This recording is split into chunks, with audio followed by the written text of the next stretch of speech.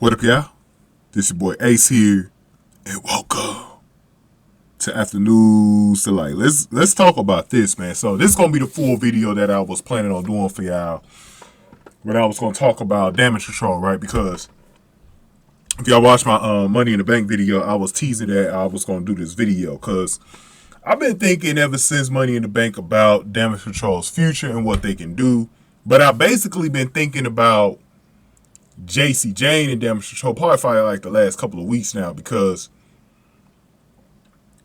now I have heard some rumors and they might not do this, but I've been hearing some slight rumors that they might do some call-ups after SummerSlam. They did them last year when damage control came up, right? When Iyo Sky and Dakota Kai came up. So if they do it again, we might see some people from NXT on the main roster. So I want to say this about Jacy Jayne. Jacy Jayne really should be the NXT Women's Champion, but the reason why I think it's too late for that right now is because when you went with, to me guys, when you went with Tiffany Stratton as the champion just recently, I think that kind of canceled Jacy's opportunity to become a women's champion, because she should have had that spot realistically, and I'm going by ages right now. I'm going by age.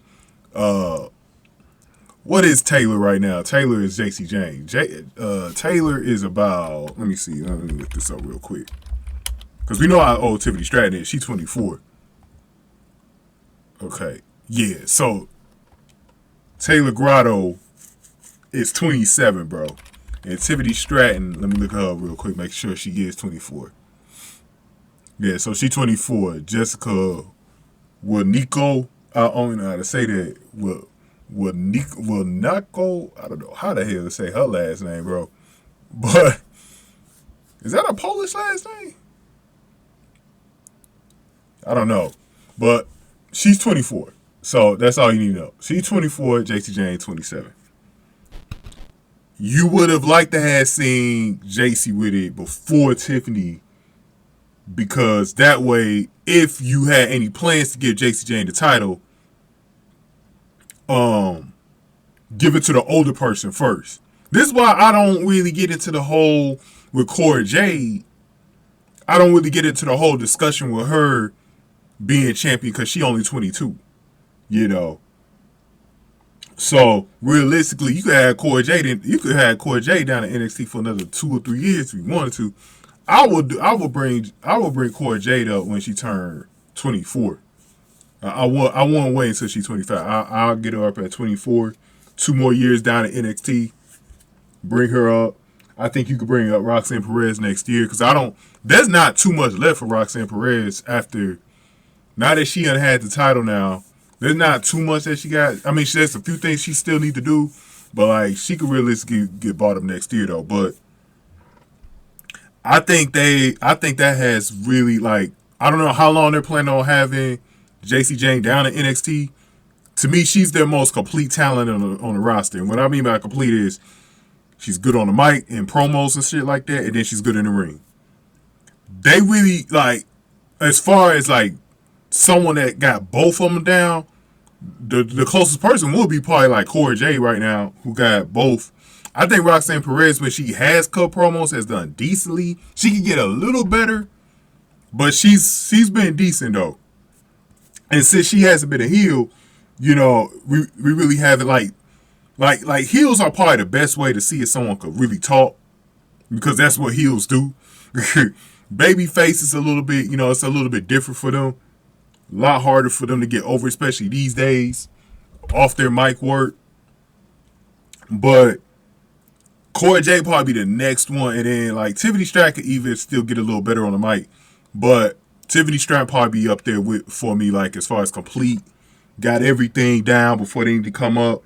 I think Ivy Now's got some good stuff. I think Ivy Now definitely needs to come up no later than next year. But when it comes to Jacy Jayne, she got everything. She got everything. She got the whole package right now. She at the right age right now. It's her time to come up to the main roster.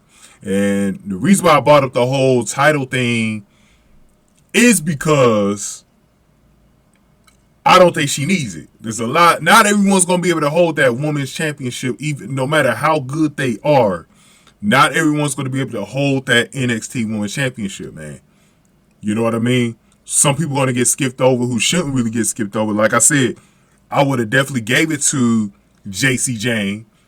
But at the same time, it's like you can only put it on so many people. So I think at this point, just bring her up. Like after she's done with Lyra Valkyria, bring her up. She don't really got nothing. I mean, you know, everyone's not perfect. But this really, like the basics though, she don't really need to like develop the basics though. Like she's pretty much there. And, you know, I think she just got an incredible aura about her where I think she's a lot more better than a lot of the girls that got on the main roster right now. And she could do it. Like, I will definitely, I think they need her more than Jacy needs to be on the main roster. They need Jacy on the main roster right now. And Damage Control certainly needs her. Now, y'all know the story from last night at Money in the Bank. Iyo Sky won the Money in the Bank title, but the way she did it, she betrayed Bayley. She handcuffed Bayley to Becky Lynch to allow herself to go up the ladder and get the Money in the Bank title. Clearly sealing the end of Iyo's reign in Damage Control. Now, I believe, like I was saying in my last video, I believe she's still going to be in Damage Control, and I think the way they're going to play this, they're going to play within the group. So, Bayley's going to have this problem with Iyo, grabbing the title like the way she did. And that's the way that's going to go. The way that I think that they're going to play it is that they're just kind of waiting for Dakota Kai to get back, right? They're kind of waiting for her to get back. And I don't know when she comes back. Like, that's the one thing right now I cannot tell you in this video. I do not know when Dakota Kai is coming back. Like, I seriously don't know when she's coming back. So, for me right now, a lot of this stuff is puzzling for me right now because, again, I don't know when she's coming back. So,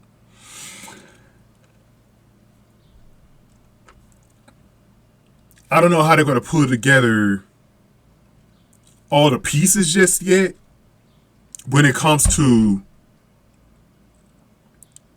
when they're going to actually get Iyo Sky out of the group. Like I said, they could play with it for a while because she got the Money in the Bank briefcase, and dude, she could be in there for a few more months, but I won't wait that long because she's so over with the fans. It's time for her to go on her own. Like at some point, go on her own. But it's probably whenever they're ready to have her cash in on Asuka or whatever, and they'll probably do it that way. Which I definitely can understand if they want to wait that long or whatever. Whenever they want to set this matchup, was the best place for them to set this matchup. And the WWE needs to think about going to Japan at some point because I know they were there back in the mid-2000s, but they have been there a while. But they should definitely do a show at the Tokyo Dome or something like that and get that match going. Because I'm telling you right now, you get Iyo Sky versus Asuka in front of the Japanese audience, man, they'll go insane, bro. But I really think with Iyo Sky and Asuka, you can have a series of matches. So that first match between Iyo Sky and Asuka might not be that good because, like I said, she's going to be cashing in, and then someone comes in from the new member of Damage Control, which would be Jacy Jayne, comes in and ruins her opportunity. I think that's the way they should do it. But there's an opportunity for Jacy to come in at SummerSlam as well, and they could have Iyo in the middle of Asuka's match try to cash in. You could do it that way, and then Bayley got the backup plan like, I'm going to get your ass back. Because remember, Bayley had a chance to get the briefcase, but her old partner actually cost her that opportunity. So I like how they played that because now Bayley got a motivation to kick Iyo out of the group. You know what I mean? There was always already some friction between them, but now you can really get it going now and officially get her out that way. So I think everything that they've done as far as trying to get Iyo out of the group up until this point creatively has been done pretty well. Like, I ain't got a problem with nothing that they've done so far. Now, let's go backwards, though, to the reason why Damage Control is a failure. Now, I did this video before, I did this video before with Trish Stratus. Remember, for those of y'all that's been long term on my channel, when I talked about Trish Stratus leading a stable or leading a faction or whatever, basically a faction because she's not a manager. But the thing about when I was coming up with that, my original idea was Carmella. When she was around, when Carmella was around back in February, I had an idea of her taking over Damage Control, right? Then I changed it to Trish. If you go back even further to last fall, I had Cora Jade. But that was like a long-term type plan with Cora Jade. But I kind of slipped off of that when I saw, I saw her, the way her heel character was developing. I said, no, you know what? Cora Jade need her own group, right? I think she need her own group. A group that ain't tied to nobody, like her own thing. And that's where I've been at with Cora Jade. Now, when it comes to this whole idea that I got with Damage Control has been a failure for a lot of different reasons. And so I'm not going to refer to y'all to that video because it's kind of outdated now. It's been a lot of changes since then. Like I said, that was back in March when I made that video.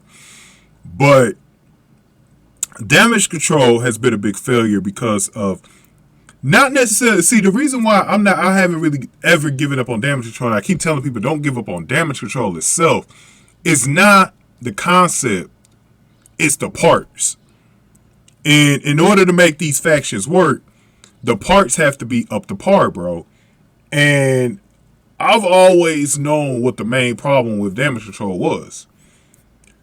So when Damage Control first appeared at SummerSlam, they were over.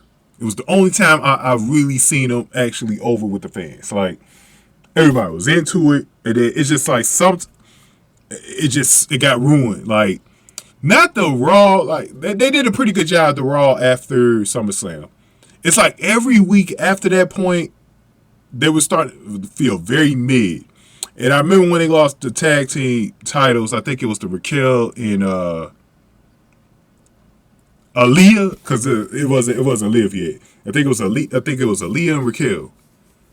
I remember they lost the tag team titles, and people started looking at them as jobbers. Now they did get them back eventually, Iyo and Dakota, and then Bayley kept on losing to Bianca for the title, and you just started to see like, okay, this is like a jobber group, right? Like people wasn't putting no respect on Damage Control's name, nor should they. Did they have a reason to respect Damage Control, right?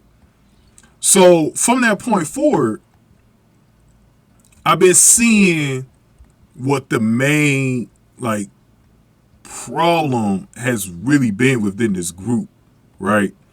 Like, it's just because I look at it from like when they were over that very first night.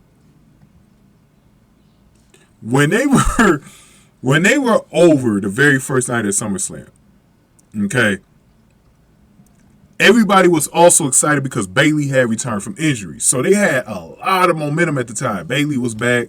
So a lot of the fans were like, yeah, Bayley's back, whatever, And then she got two girls from NXT. Now, the people who didn't watch NXT probably didn't know who the hell Iyo Sky and Dakota Kai were, but they were like, okay, she got some backup. And then the other fans who knew them from NXT were hyped because they liked whatever they did in NXT. Iyo Sky being a champion down there, whatever the good work that Dakota Kai was doing down in NXT. So, we were hyped.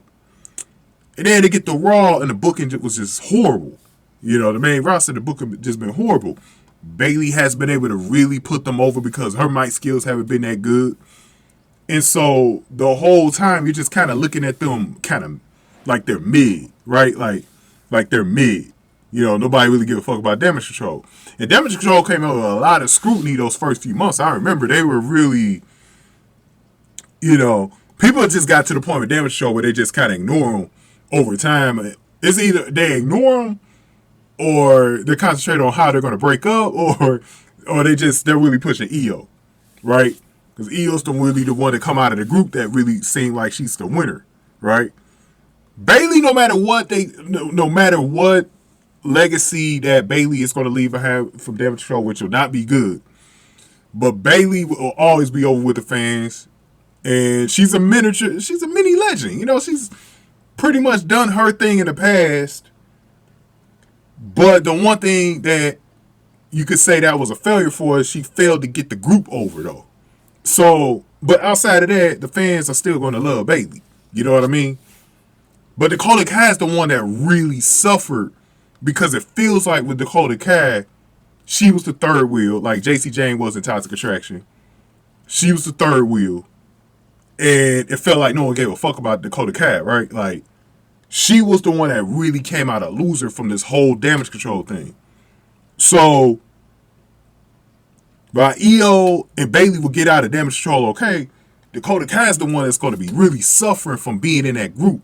Now, where Iyo suffered from was just being in the group, period, that stunted her growth with the fans because the fans started to really get... I think I really started to feel the momentum with Iyo Sky probably... There was a match on Raw what I think it was before WrestleMania. I think it was her and Becky Lynch. They were in an awesome match on Raw. One of the best main roster TV matches of the year.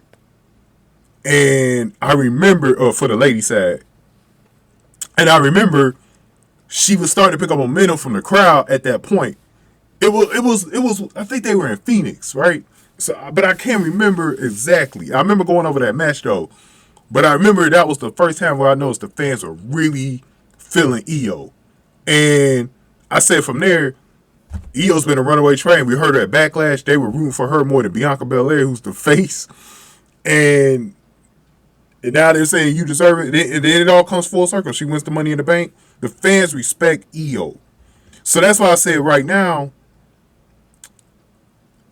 although damage control felt like it did, I think in some way it's helped Iyo. It's hurt and helped Iyo. Where it hurted Iyo was the first 6 months of her being in the group. Because didn't nobody get a fuck about damage control. They had so much heat from, just wrestling fans, period, of not caring about them, that she kind of suffered with them just by being associated with them. Where it kind of helped her, though, and this is why I said factions are needed in pro wrestling, because it can help get the henchmen over. Like Toxic Attraction's Gigi Dolan, Jacy Jayne right now in NXT. It's kind of helped them, you know what I'm saying? I will even say even the Usos, more people care about the Usos more than they ever have coming out of the bloodline, right? Factions can really help the other people in the group, not just the leader. The leader job is to put them over, because the leader, whoever your leader is usually supposed to be someone that's already over, someone that's already established. So it made sense for Bayley to lead the group, but in the beginning, on paper, damage control should have worked. Like, on paper, it should have worked. Now, some of this was bad booking too. Most of it was bad booking, but a lot of it was just Bayley just wasn't able to really get this group over, right? Just really wasn't able to get them over. And because they looked at like jobbers, she didn't win the title. That was the biggest mistake. Now, I want to take out to a group that is working right now. The Outcasts at AEW. So if you don't watch AEW, you probably don't know what the hell I'm talking about. But if you watch AEW, you know about the Outcasts, you know where I'm going with this. So in AEW, we have the Outcasts, right? We got, y'all familiar with all the girls in the Outcasts because they were all either in the WWE or they were in NXT. You have Saraya, who was Paige. You have Toni Storm. And you have Ruby Soho, who was Ruby Riott. So you got all these fucking people, right? That you know about already. And they're all really equals. So it wasn't really a leader who was trying to put two other people over. They were all equals, But the biggest name in the group was Saraya, Paige, The biggest name. But the reason why that group worked so well, they started with two members. It was Saraya and Toni Storm. And Toni Storm needed the heel turn. I picked Game up last fall, after she lost the title to Jamie Hayter. I said at that point, I made a video. I Either I made a separate video. I think I made a separate video on it, or I talked about it in my recap of the match. But I talked about how I think Toni Storm needs a heel turn because I felt like her whole title run, which wasn't a real title run by the way, because she was interim champion, it wasn't booked real well, and I felt like she needed a heel turn because there was something that I was seeing with Toni. She didn't look inspired by the work that she was doing. I think her character sucked. To be honest with you, I just think it was a character that just came out there and wrestled, and that was it. It wasn't nothing much going on with Toni. But then, like, the light switched for Toni. Like, someone turned on a light since January when she turned heel. I saw Toni in a zone that I hadn't seen someone in that zone in a while. She was in a zone. And I was like, man, she doing some good work with this heel group, and then they added in Ruby Soho, like I think they added in Ruby Soho right at the Revolution, which was in March, early March. And that completed the group. Because once they added Ruby Soho in, that's when the Outcast was really kind of picking up steam. So they ended up booking that whole thing the right way. And I remember making the video. I remember making that video when I was talking about this back in March. Because this is the early part of the Outcast. Like, it's about it's about 4 months later now. 4 months later now. And I remember making it back then, and I compared Damage Control to the Outcast, and I was saying back then that the Outcast was good then. 4 months later, they're even better than what they were. And so I ended up being right that whole time. I was right about Toni Storm needing to turn heel, how that was going to help her out. That worked. And then I said, the Outcast has been booked better, and they haven't been together that long, but they were booked better than Damage Control. I guess it wasn't that hard to be booked better than Damage Control, but it worked. It worked. And with Damage Control, you can see why it doesn't work when you look at the Outcast. Because they got 3 different girls who could all... they're not the best on the mic. Ruby is. Ruby's really good on the mic. But the other 2, they're okay. They're pretty. I think Saraya and Toni can get themselves over on the mic. But it's not like a talker that you will put in the elite class, but they could talk though. You can't say they can't talk. That's why I would put them in.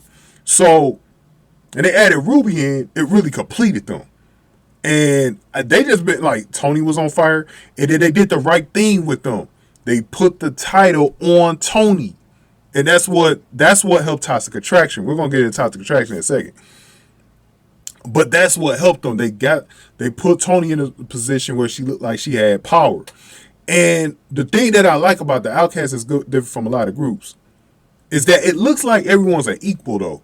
Even though Toni has the title, they don't have like a real undisputed leader in the group. All 3 of them are the leaders. You might look at it as Saraya's group, but in reality, they didn't have Saraya with them for like 3 weeks, and they were still cooking. It was just Ruby and Toni for like 3 weeks recently, and they were cooking. And then Saraya came back like last weekend, but they were cooking without her. That shows you how strong they was when they were cooking without her. And now they're starting to, because of the group, the women's division at AEW is starting to get a little better. And I think a lot of it is because of this group. Because now they're starting to find some new baby faces. They found Sky Blue, Willow Nightingale or whatever. They just turned Britt Baker to babyface a few months ago because of this new thing. And it's working out fine. And even with Saraya, because I feel like Saraya's been, a little bit mid with the, I think to me, Toni and Ruby have really been the huge benefitors from the group. But Saraya was doing some really good work when she was, y'all remember that storyline with Jericho against Adam Cole, and then it was Adam Cole with Britt Baker, and then Saraya aligned herself with Chris Jericho. They had the mixed tag team match or whatever. And that whole little run there, it was really good for Saraya because Saraya was giving Britt Baker the beats with that Kindle stick. And so I liked that. I like that because it really, it made it like, you can tell when you look at the Outcasts, like those are those bitches right now. Like those are the 3 top girls right now that you got to get past in AEW, right? So that's how Damage Control should have been. I was like, bro, and AEW doesn't do a lot of things right, especially in the women's division, but they ended up doing that better than the WWE. And I was like, that's crazy. That's crazy, bro, that they were able to do that. Now, in NXT, also doing things better than the main roster in the WWE, by the way, Toxic Attraction. Let's get to them. Let's get to Toxic Attraction. Toxic Attraction was a heel group that I looked at. I said if Damage Control could do something similar to them, we got something here with Damage Control. They didn't have it. They did not have it at all, guys. So, Toxic Attraction. Let's look at the early stages. Mandy Rose, a loser from the main roster. I mean, this girl was a loser. She got sent down there because she was a loser on the main roster, right? So she goes down there, and instead of pouting or whining about being down there, you know what Mandy Rose did?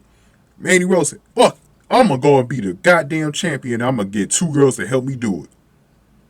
One of the most easiest heel play. And see, today, in today's wrestling world, in the last 20 years, I noticed like a little shift. I think it's from like ever since the late 90s, this has been a shift with the crowd, right?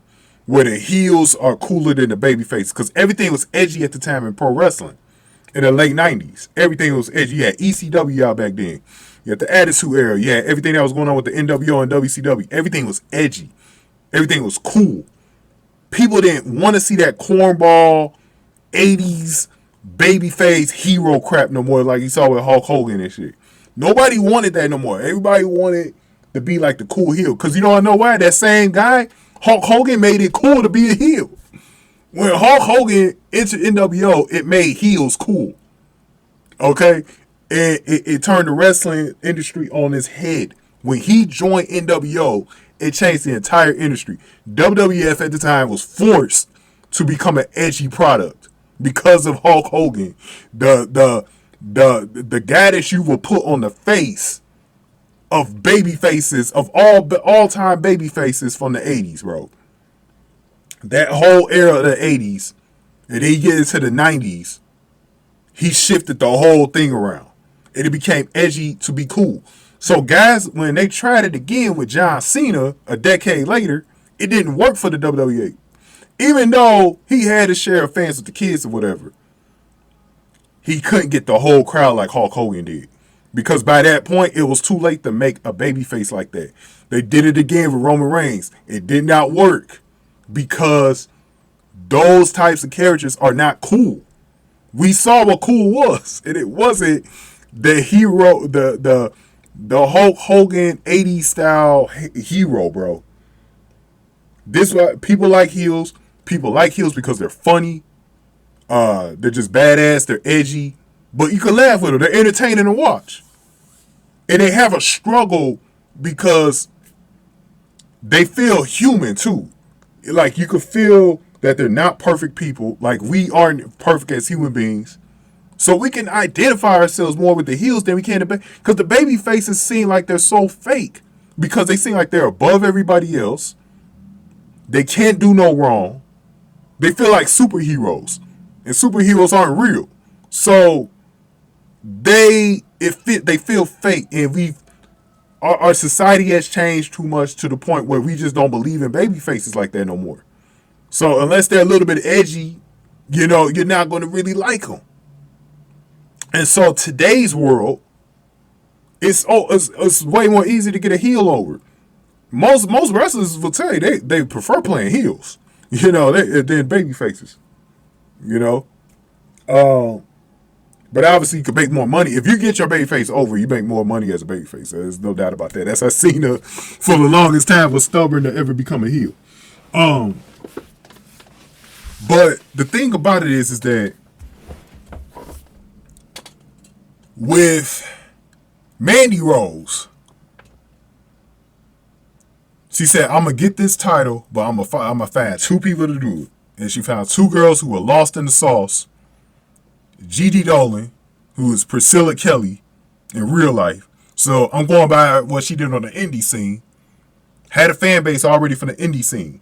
From there, you got someone that's kind of popular with the fans already. And then you get an unknown, like a Taylor Grotto, a.k.a. Jacy Jayne. And you put her in the group.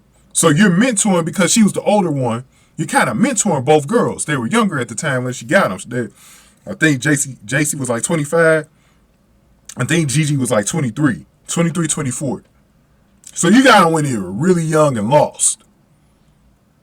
Put this group together. Kind of like the Outcasts, kind of got that whole punkish rock thing going on, emo thing going on, and that's what they were. While Mandy was more like, I don't know, it's not really official out there what Mandy Rose's character was, but I always called her like a porn star. I really thought that was like more her gimmick was a porn star, like a porn star almost, like. But she was a sexy vixen though. You know what I mean? That was her role. And so for Mandy, who was already known for the main roster, so the WWE fans, the casual WWE fans that knew who Mandy was, you put her into this situation where she's a heel, she looks good, all 3 of them really look good, really. You just put them together, boom, and they took over. And one thing that I liked, what they did was, they didn't waste any time.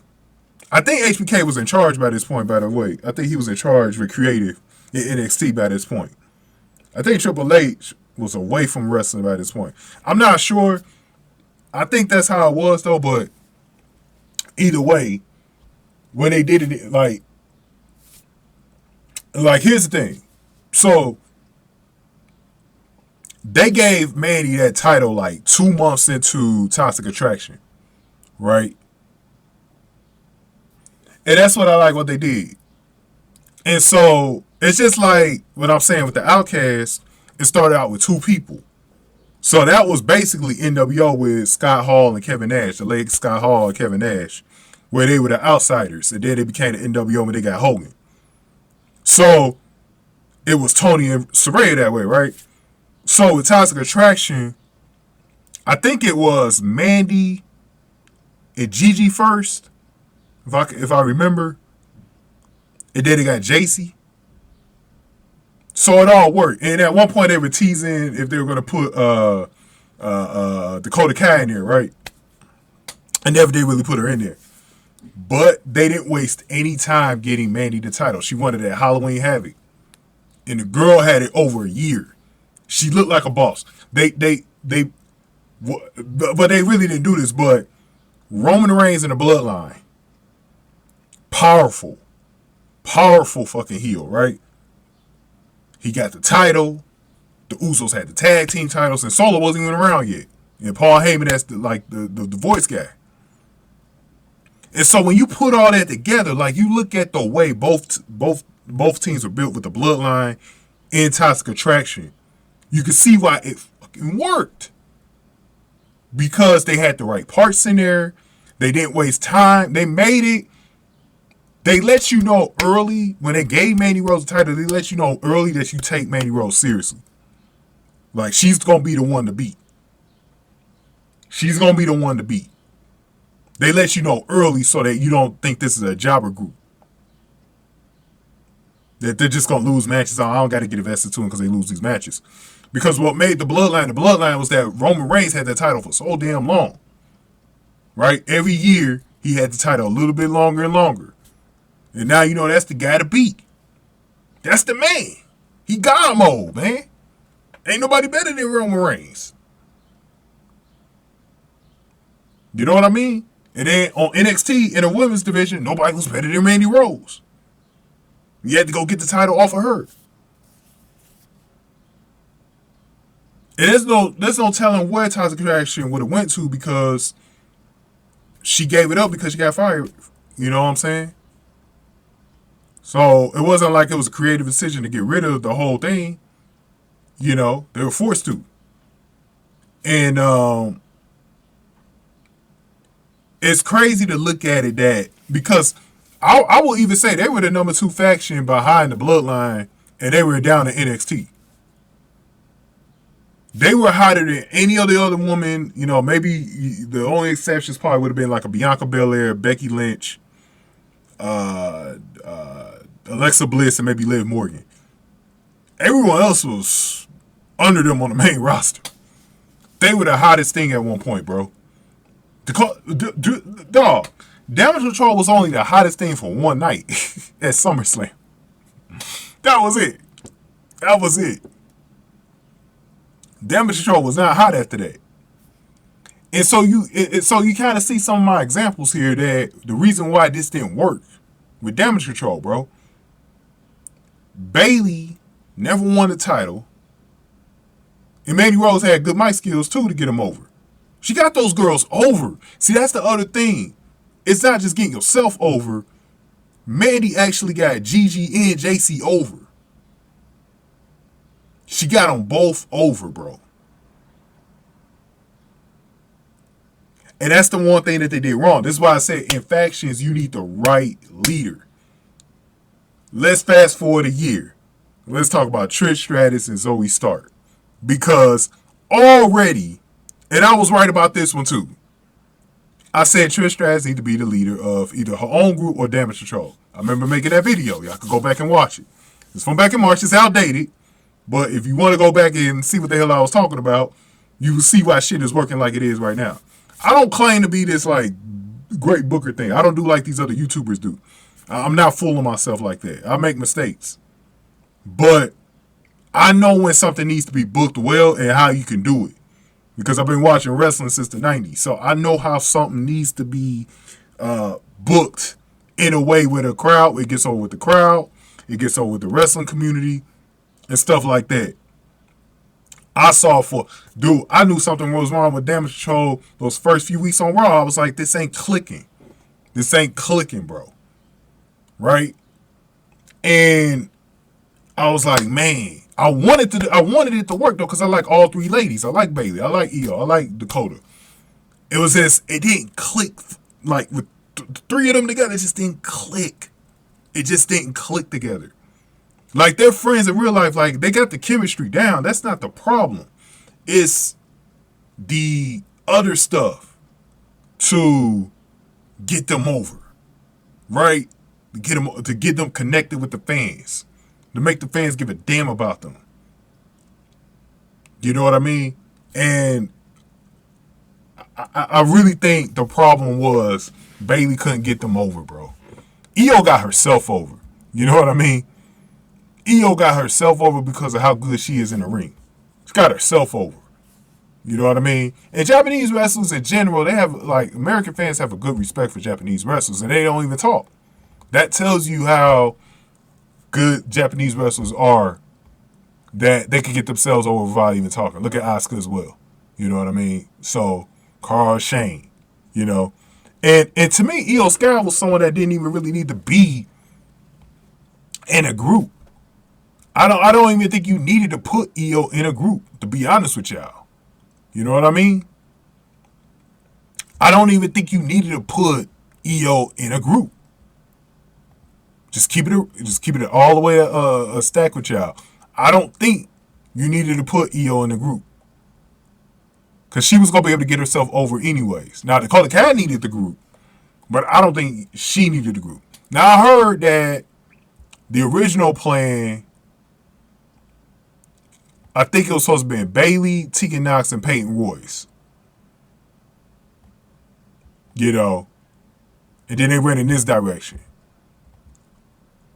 And Piper Niven might be able to be someone that you could put in this group as well, right? But I really think that this faction needs to be 5 women. I think that's the other problem that I always had with Damage Control. Now, these groups that we've been talking about, they're good with 3, right? They're good with 3 people. But when you're talking about the whole thing with Damage Control is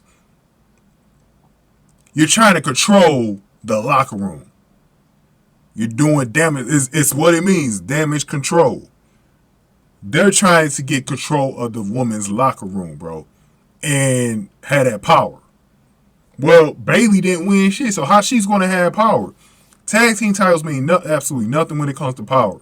Okay, you need that main individual title, and they never got it. They never got it. That was a botched move. You know what I mean? So I'll tell you something, man. And I remember somebody coming up with this a long while ago. But I think Liv Morgan and Alexa Bliss could probably get a group over with their popularity. Just because, like, I was about to talk about Trish. And see, this is where my conversation with Trish came in. The reason why I wanted Trish to become a leader because she was already a legend and she could get anybody over because she could also talk on the mic. So, for me with Trish, I was like, when they put Zoey Stark in there, and I came up with the idea of Zoey Stark being her henchman. This is why I think they would listen to my videos, the WWE. It might have been a coincidence, but I'm leaning more towards coincidence than them listening to my video, but or read my polls or listen to my videos or whatever. But I've been saying for a while though, align Zoey Stark with Trish. Because I've been seeing some good things from Zoey Stark before she got drafted. I was like, she got something here with this heel character. Just got to tap in a little bit more. Because people always say she got like this, she don't got a personality or something like that. But in reality, she does. Because every time I heard her on the mic, I was like, man, this is pretty good. Like, this is entertaining. Especially the stuff she was doing against Sol Ruka. I was like, this is pretty good. Then she did something with Indy Hartwell before that. I thought that stuff was pretty good. It was pretty simple. And we know she could go in the ring. I was like, if you give her somebody like Trish, that could get her over as well. And have we been wrong yet? Because Trish and Zoey, well, Zoey to be exact, was in a position to win the Money in the briefcase, bro. To me, out of the NXT, most of the NXT call-ups have not done anything. But this is one of the ones that people was kind of down about, but it ended up, it's looking like it's working right now. You know what I mean? It looks like it's working right now with fucking Zoey Stark. She more relevant than some of these other girls out there on the roster that ain't doing nothing. That was called up from NXT. And that's why I was saying what I was saying. You put somebody like that with somebody credible like a Trish Stratus, it's going to work. It's going to work. So, to me, guys, to me, man, I think it works. I think it works. I think it works better when you put somebody of stature like that with somebody else of, like, when you put somebody of stature who could get somebody over that's really popular, that's how you could do it. Bayley is popular, but she doesn't have the turnover mic skills to get them over. You know what I mean? Like Trish does with Zoey. You know what I mean? I think Trish will get Tiffany Stratton to another level too. If they have Tiffany Stratton get called up as well, align herself with Trish after SummerSlam, lose the title at Great American Bash, I think they got something there. You put Tiffany in the group too, I think you got something there as well. But really what they need to do is they really need to figure out what's going to work this time around.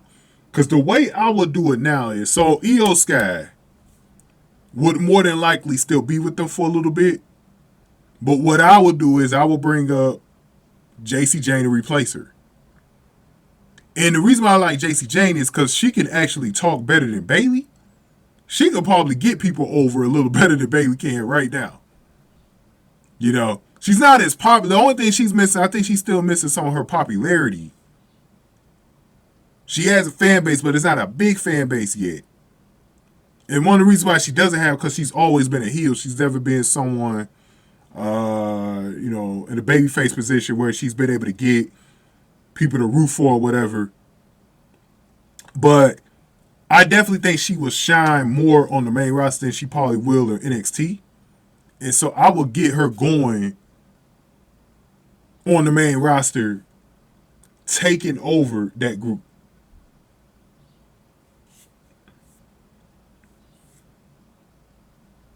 Taking over that group, bro.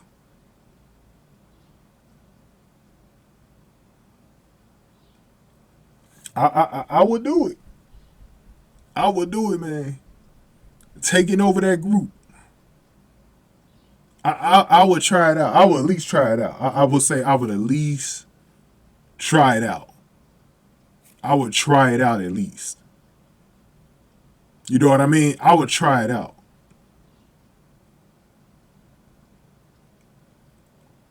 You got nothing to lose. I would try it out at least. Because the way I would go with it is with Jacy being in the group, you could now work that story that I originally tried with Cora Jade. The original story that I had with Cora Jade was that she takes over damage control. But now what I would do is I would also do this as well. So with Jacy, I would have her overtake Bayley as the leader of the group. Sometime next year, I will overtoss Bayley and have Jacy lead damage control. And then, maybe you keep Dakota Kai there. Maybe Dakota Kai's like, hey, I like Jacy as the leader. You know what I mean? But you need a bigger group too. I think you need some more names in there. I would consider putting I think somebody was saying Peyton Royce was back in the WWE, but if you could put her in there, the original people that you had playing in there, Tegan Knox already turned heel, so that's perfect. Yeah, because Tegan Knox turned heel on main event like I think a couple of months ago or something. And then it's Tegan Knox, Peyton Royce. Could you do Piper Niven? Piper Niven would be perfect because of her size. She's already a heel anyways. And it was one other person. Let me see. Who else did I say?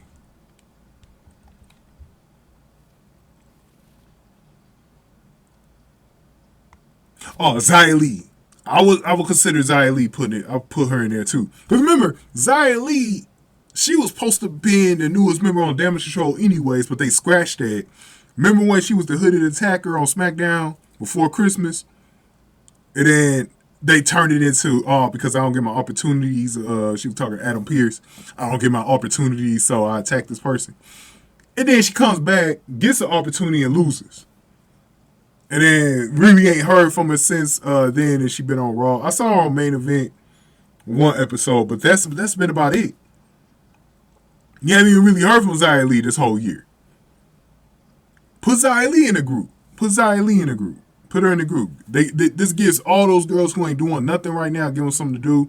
I might even put, I think Emma I think she a face right now though. But I love Emma's character and Impact though when she was what was her name down at Impact? Tennille Dashwood. When she was Tennille Dashwood, she was pretty good. She was good. I will have her go with that same persona when she was Tennille Dashwood and put her in this group. I'll put Emma in this group too. I think if you run with some of the girls that ain't got nothing going on right now and just turn them in the heels and put them in this group and have Jacy Jayne beat out like that young prospect, but then she rises up and takes over the group, I think you could do some special things with Damage Control at that point. I think you could get it all the way turned around. All the way turned around if you do that. If you do that, you get that shit all the way turned around. But again, they won't do it. So, let me know what y'all think about this, man. We might expand on this and do a few more videos after this, but I wanted to make sure I got this video in. Let's see what they do with Iyo Sky. and Bayley and see how Bayley get back. But let me know y'all thoughts in the comment section, man. Hit that like button for me. Hit the like button. Share the video. Subscribe to the channel. Want to thank all y'all for listening to this. Definitely let me know y'all thoughts on this in the comment section, though. More than anything, let me get y'all thoughts on this in the comment section. Again, give this video a like, share, subscribe, y'all. Thank y'all for watching. After News to Light.